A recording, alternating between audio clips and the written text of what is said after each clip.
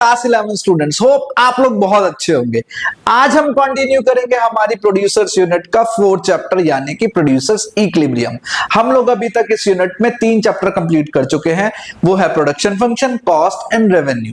अब हमारी बारी है इस यूनिट का आखिरी चैप्टर करने की, जो है प्रोड्यूसर्स इक्विलिब्रियम। ठीक है, और ये वाला जो टॉपिक है ये आपका 3 से 4 नंबर में आता है। ये बहुत इजी टॉपिक है और इसमें आप एंड तक बने रहिए, क्योंकि यहां पर क्या है कि हर एक मिनट में एक एक नई चीज, आप नए कॉन्सेप्ट को देखते हुए चलोगे। ठीक है, so without wasting more time let's begin with the topic producers equilibrium. अब इस प्रोड्यूसर इक्विलिब्रियम को पहले हम लिखते हैं और फिर देखते हैं कि इसमें कितने वर्ड्स, सॉरी दोबारा से, तो हाँ, प्रोड्यूसर्स इक्विलिब्रियम। तो प्रोड्यूसर, अब देखो यहां 2 वर्ड्स आ रहे हैं, प्रोड्यूसर्स इक्विलिब्रियम। ठीक है, तो जैसे हमने कंज्यूमर इक्विलिब्रियम पढ़ा था, सिमिलर वे में हम प्रोड्यूसर का भी इक्विलिब्रियम पढ़ेंगे। कंज्यूमर इक्विलिब्रियम में क्या था कि कंज्यूमर अपने पैसे को, जितना वो पैसा खर्च कर रहा है उसको उतनी ही चीजों की सेटिस्फेक्शन मिलनी चाहिए थी। लेकिन प्रोड्यूसर तो सेटिस्फेक्शन पे नहीं जाता। जो भी प्रोड्यूसर होगा वो तो जाएगा, भाई मेरे को प्रॉफिट होना चाहिए तभी तो मैं काम करूंगा, बिना प्रॉफिट के मेरा क्या काम, मैं क्यों काम करूं, मैं किस लिए काम करूं, मुझे तो प्रॉफिट चाहिए। तो उसको क्या चाहिए? शुद्ध लाभ, नेट प्रॉफिट। अब वो प्रॉफिट कब लेगा? जब उसकी कॉस्ट कम होगी और उसके रेवेन्यूज बढ़ेंगे। भाई उसकी लागत कम होगी और उसको पैसा ज्यादा मिलेगा, तभी तो वो काम करेगा, तभी तो प्रोड्यूसर अपने इक्विलिब्रियम में आएगा। तो ये वाला जो हमारा चैप्टर है ना, ये 2 चैप्टर्स का रिवीजन समझ लेना, जो है कॉस्ट और रेवेन्यू। ठीक है, तो हम प्रोड्यूसर इक्विलिब्रियम में क्या करते हैं, इसकी 2 चीजों को देखते हैं। पहला क्या? मैक्सिमम प्रॉफिट, उसका मोटिव क्या रहेगा प्रोड्यूसर का? प्रॉफिट अर्न करना। और दूसरा मिनिमम लॉस, क्या? मिनिमम लॉस होना चाहिए। ठीक है, लॉस कम हो और प्रॉफिट ज्यादा हो तो प्रोड्यूसर की तो बल्ले बल्ले है भाई, वो तो मजा आ जाएगा उसको काम करने का, उसको अपने कॉम्पिटिटर के साथ में आगे निकलने का मजा आ जाएगा। हम हर जगह पे यही सुनते हैं कि आपको प्रॉफिट अच्छा होना चाहिए और लॉस बिल्कुल भी ना हो, तभी तो हमारे को काम करने का मजा है। तो अब प्रोड्यूसर कैसे काम करेगा, प्रोड्यूसर इक्विलिब्रियम कैसे पहुंचेगा?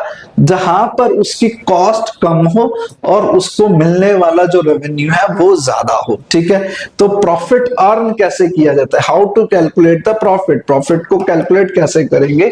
जब हम TR माइनस TC कर दें, मतलब रेवेन्यू में से कॉस्ट को हम माइनस कर दें। ठीक है, सपोज फॉर एग्जांपल कोई भी एक उसने प्रोड्यूसर ने एक चीज प्रोड्यूस करी जिसकी जो कॉस्ट आई वो आई 10 रुपए। कितना?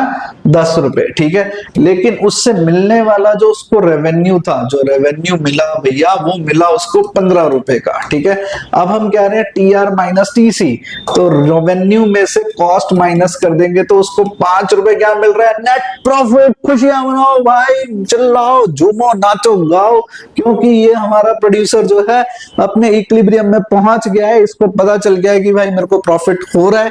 और कब हो रहा है? जब उसकी कॉस्टिंग मिनिमम है और रेवेन्यू उसके सबसे ज्यादा है। ठीक, हमने पूरे चैप्टर में इसी चीज को पढ़ना है। पढ़ते हैं हम इसके प्रोड्यूसर इक्विलिब्रियम के मीनिंग को, इसका क्या डिफाइन है। A producer is said to be in equilibrium when he produces that level of output at which his profits are maximum, जहां उसके प्रॉफिट मैक्सिमम हो। ये प्रोड्यूसर इक्विलिब्रियम की आपकी मीनिंग हो गया। Profit equals to total revenue minus total cost, ये अभी हमने पढ़ा है, R minus C, revenue minus cost. Producers equilibrium is also known as profit maximisation situation, इसको प्रॉफिट मैक्सिमाइजेशन सिचुएशन भी बोलते हैं। ठीक है, आगे बढ़ते हैं। इसमें producer equilibrium, that is profit maximisation condition of the producer through MR and MC approach. यहाँ पे ये डबल P है, अप्रोच। तो यहाँ पर क्या आएगा कि अप्रोच हमने पढ़नी है MR MC के थ्रू, मार्जिनल रेवेन्यू और मार्जिनल कॉस्ट के थ्रू। ठीक है, according to MR and MC approach. देखो MR कौन से चैप्टर में था? रेवेन्यू वाले में। कॉस्ट कहां पर है? कॉस्ट वाले में। मार्जिनल कॉस्ट है।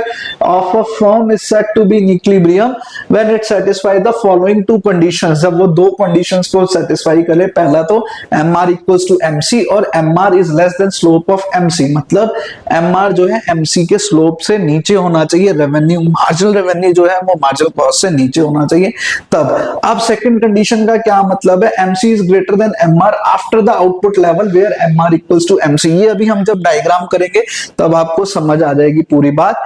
MC curve must be rising at the point of equilibrium और MC curve must cut MR from below। तो अभी अभी हम लोग इस चीज को देखेंगे और समझेंगे कैसे ये सारी चीजें आगे बढ़ती हैं, ठीक है। तो यहाँ पे इस चीज को समझने के लिए, इसको सपोर्ट करने के लिए हमारे पास में एक टेबुलेशन है। इस टेबुलेशन में हमने क्या किया, प्राइस जिसको हम AR भी बोलते हैं, तो AR क्या हो गया, कांस्टेंट है। ये हम लोग नॉन रेवेन्यू वाले चैप्टर में भी पढ़ा है कि जब AR कांस्टेंट होता है तो MR भी कांस्टेंट होता है। क्यों कांस्टेंट होता है, बिकॉज जो हमारा रेवेन्यू है, टोटल रेवेन्यू, वो इंक्रीज होता है एट अ कांस्टेंट रेट, ठीक है। देखो 20, 40, 60, 80, 100, 120, 140, 160, जब हम इसको लेस करेंगे वी विल गेट MR। अगर अभी तक आपने मार्जिनल रेवेन्यू को नहीं समझा तो प्लेलिस्ट में जाकर रेवेन्यू वाली वीडियो जरूर देख लेना, बिकॉज उसके बिना ये वाला चैप्टर आपको समझ नहीं आने वाला है, ठीक है। जब हमारा प्राइस मतलब AR कांस्टेंट है, MR is also constant, clear? So next we have total cost 20, 36, 48, 56, 68, 84, 104, 128. So we have taken this tabulation randomly. Okay, so from here यहां से टोटल कॉस्ट से हम लोगों ने अपने मार्जिनल कॉस्ट को निकाला है। जब टोटल कॉस्ट डिक्रीज हो रहा है, मार्जिनल कॉस्ट भी डिक्रीज हो रहा है, but after a certain period of time it increases, है ना। देखो यहाँ पे 12, 18, फिर 12, 16, 20, 24, इट इंक्रीजेस। ओके, अब यहाँ दो कंडीशंस को समझने की जरूरत है। यहाँ पे दो चीजें हो रही हैं, उसको समझने की जरूरत है। जल्दी से अभी हम उसको देख लेते हैं क्या क्या है। एक सेकेंड बस, ठीक है। अब यहाँ पे दो कंडीशंस को आप लोग समझेंगे।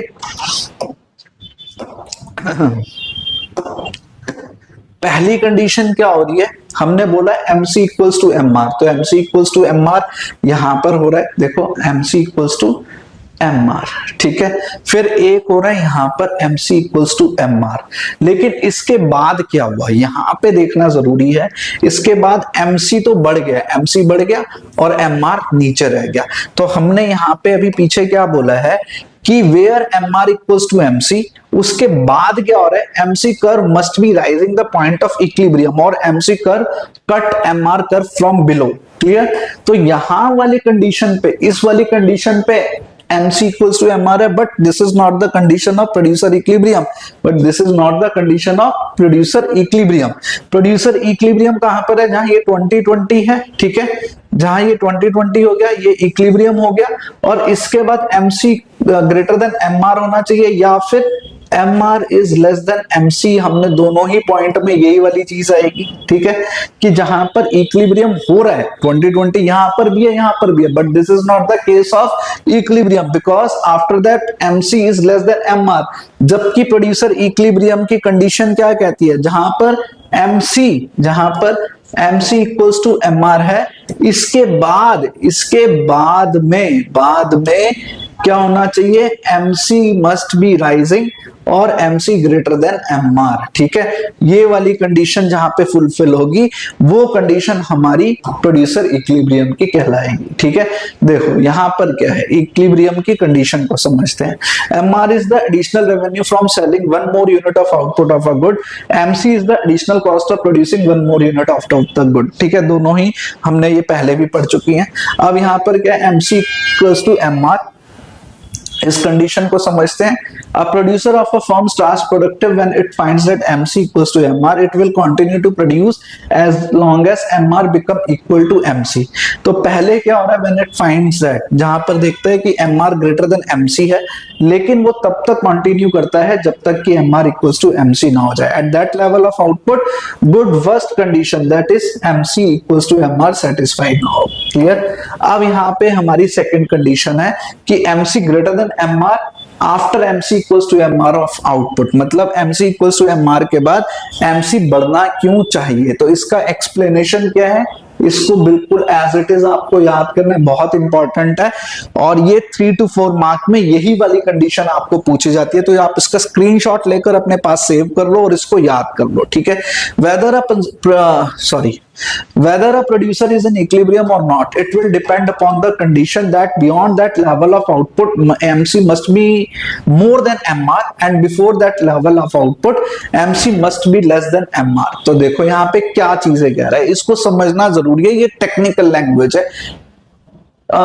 upon the condition that beyond that level of output MC must be more than MR, तो MC क्या होना चाहिए, MR से ज्यादा होना चाहिए, and before that level of output MC must be less than MR। अब देखो यहाँ पर दो चीजें हैं, ठीक है। यहाँ पहला, एक तो हम क्या कह रहे हैं, MC ग्रेटर देन MR होना चाहिए, पहली चीज, और दूसरी चीज ये कह रहे हैं इससे पहले मार्जिनल कॉस्ट जो है ना वो मार्जिनल रेवेन्यू से नीचे रहनी चाहिए। मतलब वो कह रहे हैं कि यहाँ पर तो प्रोड्यूसर इक्विलिब्रियम है ही, लेकिन इससे पहले ये वाली कंडीशन भी फुलफिल होनी चाहिए, ठीक है। फिर क्या है, if beyond that level of output a producer found that MC greater than MR by producing any more unit of output, it means that it's profitable to produce an extra unit। अगर MC less than MR है तो वो क्या कह रहे हैं कि एक और आप ज्यादा से ज्यादा, कॉस्टिंग कम चल रही है, कॉस्टिंग कम है तो वो ज्यादा इंड्यूस्ड होगा, ज्यादा मोटिवेट होगा कि मैं और ज्यादा प्रोडक्शन करूं। तो जब तक वो प्रोडक्शन को बढ़ाएगा नहीं तो उसके और रेवेन्यूज कैसे जनरेट होंगे।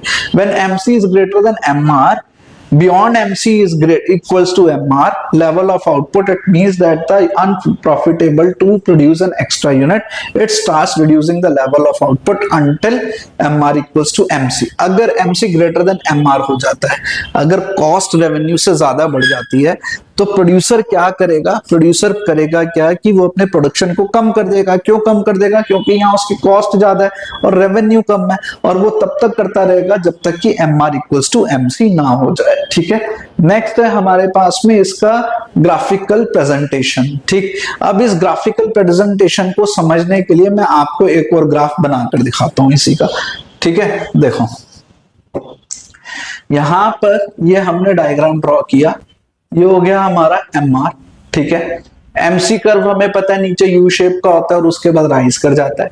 ये हमारी पहली कंडीशन है, but this is not the condition of producer equilibrium. ये भी MR इक्वल्स टू MC है, ठीक है, और यहां पर भी है, आपको दिख रहा होगा ये दोनों point MR equals to MC दोनों ही हो रहे हैं, ठीक है। और इसके बाद MC शुड बी राइजिंग, तो MC should be rising, MC rise कर रहा है। तो ये वाली जो कंडीशन है, ये कंडीशन हमारी आती है प्रोड्यूसर इक्विलिब्रियम की, ठीक है।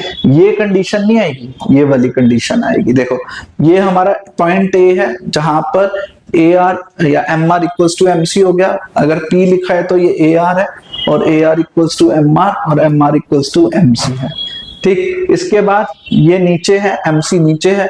इसके बाद क्या हो रहा है कि मार्जिनल कॉस्ट राइज करना चाहिए और MR नीचे रहना चाहिए, ठीक है। So not MC, X2 is not the profit, X2 ये वाला जो है ये प्रॉफिट नहीं है, ठीक। Maximising level of output because firm profit is higher when firm expand its output level to OX3। अब रेवेन्यू कब जनरेट होंगे, जब ज्यादा प्रोडक्शन होगा। तो इसके बाद जब ये पोजीशन पहुंचेगी, मतलब X3 के बाद जब ये अपनी कॉस्ट बढ़ा रहा है, कॉस्ट बढ़ाने का मतलब ये नहीं उसको नुकसान हो रहा है, इसका मतलब वो अपने आउटपुट को बढ़ा रहा है, और जब आउटपुट बढ़ेगा तो प्रोड्यूसर के पास में ज्यादा पैसा आएगा, और जब वो ज्यादा पैसा आएगा तो वो ज्यादा प्रॉफिट में जाएगा, ठीक है। तो यहाँ पे दोबारा से समझो P लेस देन MC। अब ये P लेस देन MC का क्या मतलब है, यहाँ पे जहां पे PMC लिखा है, तो अभी हमने पढ़ा ना यहाँ पे क्या हो रहा है, AR को ही हम प्राइस बोलते हैं, equals to MR equals to MC। इस चीज को ध्यान में रखो, AR को हम प्राइस बोलते हैं, प्राइस इक्वल्स टू MR है, और MR को ही हम इक्वल टू लेके चल रहे हैं MC पर, ठीक है। तो यहाँ क्या हुआ, इधर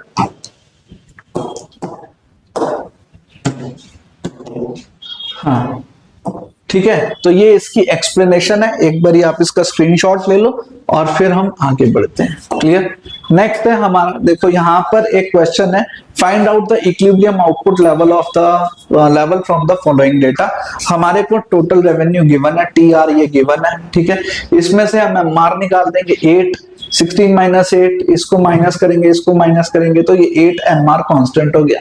टोटल कॉस्ट दे रखा है, इसको लेस करते चलो, ये लेस करते चलेंगे, ये हमारे को MC आ गया। और ये रहा हमारा डायग्राम, ये हमारा डायग्राम कैसे ड्रॉ होता है, ये रहा AR equals to MR, constant हो गया, MR कांस्टेंट है तो एक्स एक्सिस के पैरेलल चलेगा, और यहाँ पे हम इसको U शेप में देंगे, ये MC।